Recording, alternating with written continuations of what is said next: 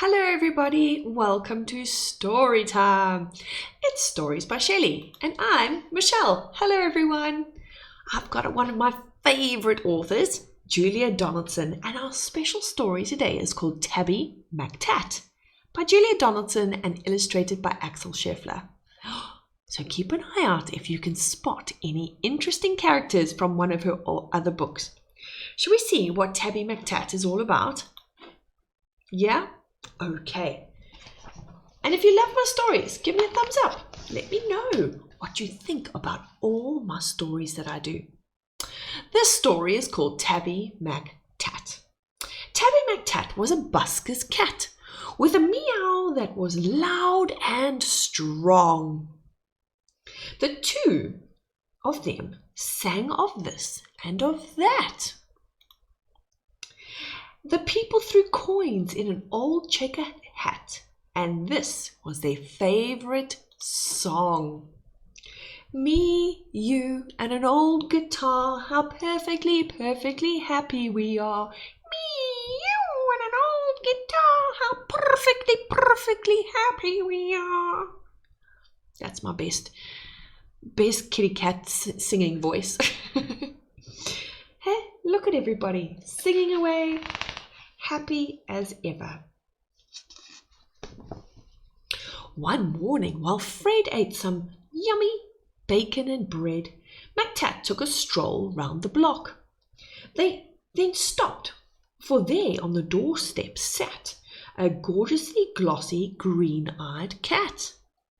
She was black with one snowy white sock. Look at her. There she is.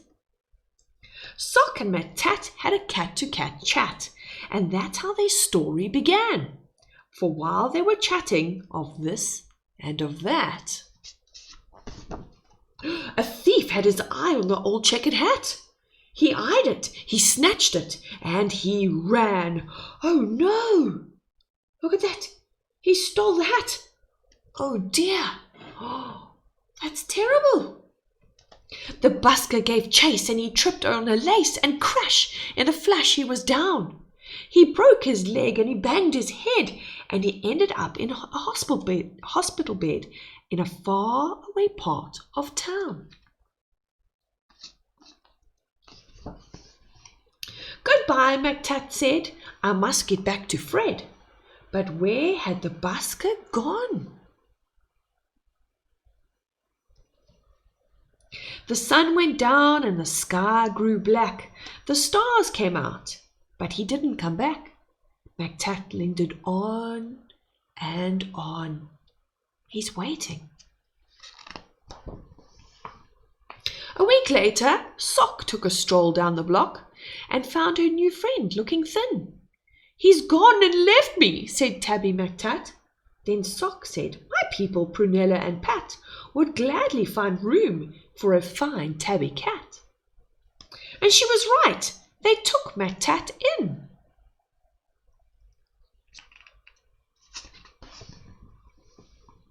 The next morning, old Fred left the hospital bed and he found his way back to the square. But a brass band stood where the pair once sat, and Fred looked all round for his loud meowed cat. But Tabby McTat wasn't there.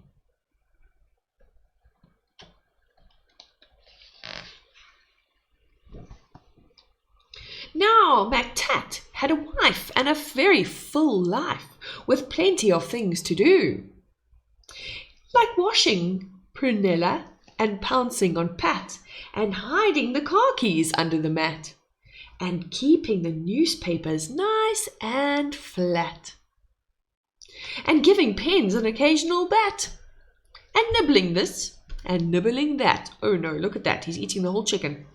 Then he dreamed of his friend and the old checkered hat and always woke up with a meow. And often he said, what's happened to Fred? And his paws took him back to the square. But a conjurer stood where the pair once sat. A conjurer is a magician. And who spots the little gruffalo? Look there. And he pulled out this, and he pulled out that, and people threw coins in a tall black hat, and the busker was never there. Then one morning Sock said, "Look under the bed and see the 3 kittens I've had." And Somias looked like this, and Susan looked like that, and the littlest kitten, called Samuel Sprat, looked exactly the same as his dad.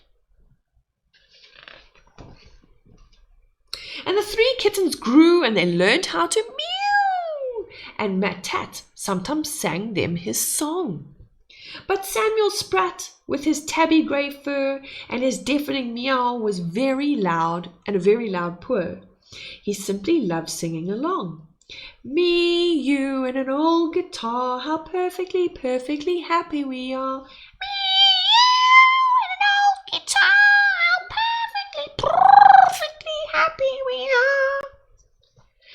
Then Susan and Somias found a very good home. Their parents were happy and proud.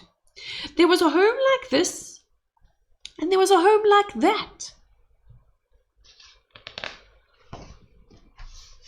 But nobody wanted poor Samuel Sprat. They all said his voice was too loud. Look at them holding their hands. No, it's too loud. Now Tabby McTat was a home-loving cat, but he couldn't stop dreaming of Fred. And one day he called for his wife and his son, and he told them, "There's something that has to be done.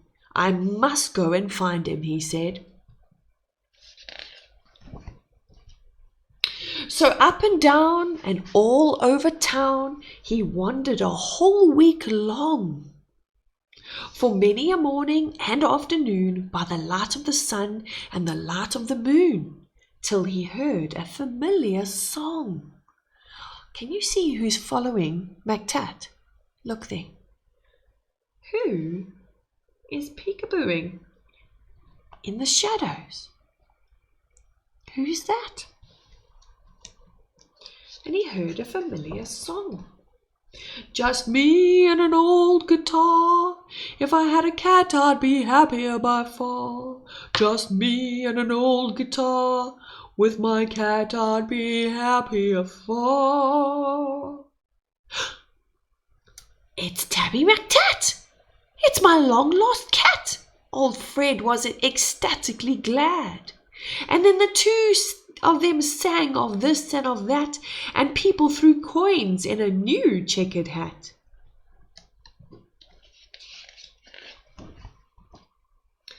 But why did McTat feel sad? He was missing his wife and his comfortable life and the dozens of things to do, like washing Prunella and pouncing on Pat, and hiding the keys under a mat, and keeping the newspapers nice and flat, and giving pens the occasional bat. But how could he tell the busker that? And then out of the shadow sprung Samuel Sprat. "Oh, please let me be the busker's cat," he said with a deafening meow. And now Samuel Sprat is the busker's cat, with a meow that is loud and strong. And the 2 of them sing of this and of that, though Samuel sings a little bit flat, and the people throw coins in an old checkered hat. And this is their favourite song. Me and you and an old guitar, how perfectly, perfectly happy we are. Me, you and an old guitar, how perfectly, perfectly happy we are. Meow. And that is our wonderful Tabby McTat story. What did you guys think? Would you have adopted little Samuel Sprat if you were looking for a kitten? I like that story. We'll see you again soon, everybody. Give my stories a thumbs up if you love them. Have a wonderful afternoon. Bye.